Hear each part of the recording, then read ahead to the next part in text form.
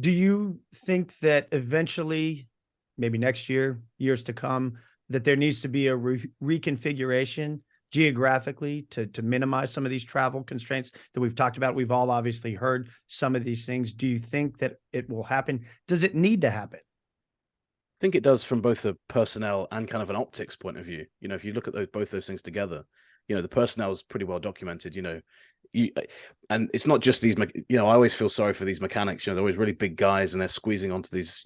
They all fly economy. Some people have this idea that all the guys are flying, business, and they're flying as you would to your holidays, and that it wears people down, and people spend a lot of time on the road away from their families. That could definitely be helped if you scheduled the calendar properly. But also, there was a graphic going around, wasn't there, a few weeks ago showing a plane going around the world, and obviously it didn't account for the breaks. It was just going from one to the next. But it just was, at some points, it was like the moment that Lawrence mentioned. Baku, Miami, then you've got 3 races in Europe. It doesn't look like it makes sense. And when in the current climate, you want to be pushing forward a positive message, a green message. It's harder to do that when the calendar looks like that. So yeah, I think it's something F1's going to have to address at some point. How easy that's going to be is a bigger question, because a lot of these races that are close together, specifically want to stay away from other races in the same area as them, because they say, well, look, if there's a bit of space between us, it helps us sell tickets. People might choose this race over us. COTA used to say that about Mexico. They don't so much now. But I think some of the newer events maybe might start seeing that.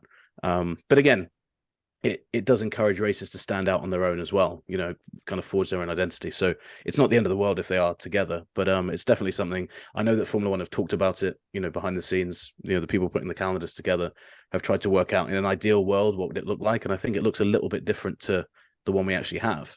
But of course, it's one thing writing it down on a piece of paper or on a Word document, and it's another thing actually kind of getting that into practice and actually executing it. So yeah, I think the ideal calendar in everyone's head and the actual calendar are quite far apart, but it's hard to see them bridging that gap in the near future, maybe down the line.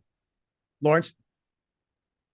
Yeah, I think Nate's right from an environmental perspective. I mean, F1's kind of losing a battle there anyway, just by the very nature of it. But the biggest CO2 outlay that F1 has, forget the cars going round, it's the travel, and to do it in a smarter way, I think could work. And also, I think it can help to build interest in those markets. You can look at it one way of them kind of taking fans off each other, but how about they work together and they put on events, and there's a chance if you go to one race and the next week you don't have to go that far to watch the next one, and you get your F1 fix doubled, and perhaps you can sell tickets that way. I don't know. It seems to me like there's a smarter way to move Formula One around the world than the one we have right now. But it's a difficult one also because you have a lot of contracts already in place that say certain races like Abu Dhabi is always the final race of the year. Bahrain at the moment seems to have a contract which allows it to be the first race of the year. And so those two are obviously fairly close to each other geographically, but they're opposite ends of the calendar. And then you have things like the weather. You can't really hold a race in the Middle East in the summer because it's going to be far too hot to go racing. So there's a lot of considerations, and it's a very difficult job to put it all together, but there's got to be a smarter way. Last question on this before we break a little bit of news. Is 23 the sweet spot? Is this a number that you think that we should stay at, more, less? Where do you think we should be? I think the sweet spot was a few years ago. I think I like 21. I sound like a killjoy saying that, but I do think I think last year was a great example of the negatives of a long calendar. I really do think 2021, the season, was a bit of an anomaly. Having a race where there's a championship race with that many events going to the final race of the season is actually pretty unlikely. Last year there were so many events. And Max was fantastic all year, and Red Bull were fantastic, but you got to, I think, the summer break, and you're like, wow, there's still 10, 11 races left, and Max in theory could win all of them. He nearly did. And, that's not new in Formula One. Michael Schumacher often went into the summer break and you think he could win the remaining races. The difference then was that there's only 6 races left. So I think from a competitive point of view, sometimes I do worry about that. But yeah, we'll see. I mean, so I think, 21 races, 20 races, that one seems to me to be the limit, but the number seems to be going up and up. So I think my sweet spot and F1 sweet spot are very different. Lawrence? Yeah, I think F1 is looking at 25 and then seeing whether it can push it further. But there does need to be changes within the sport. I think, as Nate said earlier, you can't have some of the team personnel traveling as much as they are in over a year. It just becomes really difficult. You get burnout. So I think F1 has to look at itself and kind of look at what the people can do within it and how you continue to provide entertainment. Because so often, just as Nate kind of said, that you'll get to the middle of the season and you'll be like, oh, well, Max Verstappen can win this race, but it doesn't really mean anything because there's so many races left. It can go either way. Or, oh, look, Lewis Hamilton's won another race. That's his 5th in a row. This is just going towards a very obvious conclusion. So, yeah, it's a tough balance. Personally, I think around 18 is very good. If you get 18 of the best racetracks in the world and you base it on that, then that's great. But F1 is a business and each of those racetracks pay money, and some racetracks, which are not the best in the world, pay more money. So that's why we have them on the calendar, like places like Abu Dhabi, Bahrain, Saudi Arabia.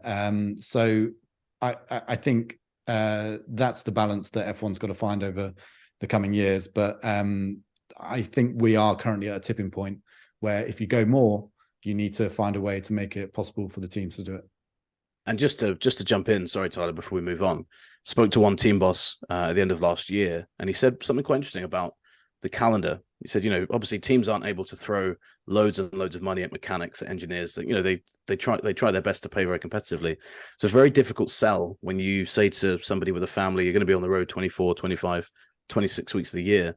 And there's a lot of industries that can probably offer the same wages as a Formula One team, maybe better for certain roles, but also with the proviso of, well, you're actually just going to be down the road from your family. So I think that started to creep in for teams as well. They've started to realize that the turnover maybe is getting a bit more, that's accelerating a bit. And as soon as that happens, I think you have an issue. I totally agree with the, F1 being a business, but you hope they get to a point where they can actually scale back, and having less races makes each race a bit more valuable on the calendar.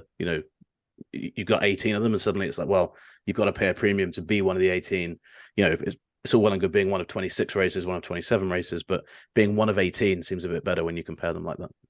Yeah, I think it's that fine line of dilution of your product, competitive balance. You talk about the personnel as you move throughout the season, and does that affect what you're actually seeing on track versus, the almighty dollar and the money that they want to make? And maybe that's actually to a point of rotating races as well, where it appears, every 2-3 years. But I think, Lawrence, to your point as well, what really intrigues me is you have to incentivize these races to put on a good product, to have a good race that people want to come to and want to see. So it's going to feel important, and you don't expand so much that it dilutes. It's interesting to say dilute as well. That's a really good point, Tyler, because the one reason the teams are kind of against Andretti is because they're saying, it dilutes the prize fund. Yeah. And obviously it's a different buzzword. It's a different type of dilution, but you're absolutely right. If you look at it from a product point of view, I think it's a really good point. So interesting use of the word. It just twigged as you said it. I was like, it's quite a funny contrast. Thanks so much for watching ESPN on YouTube. And for more sports highlights and analysis, be sure to download the ESPN app. And for premium content and live streaming, subscribe to ESPN Plus.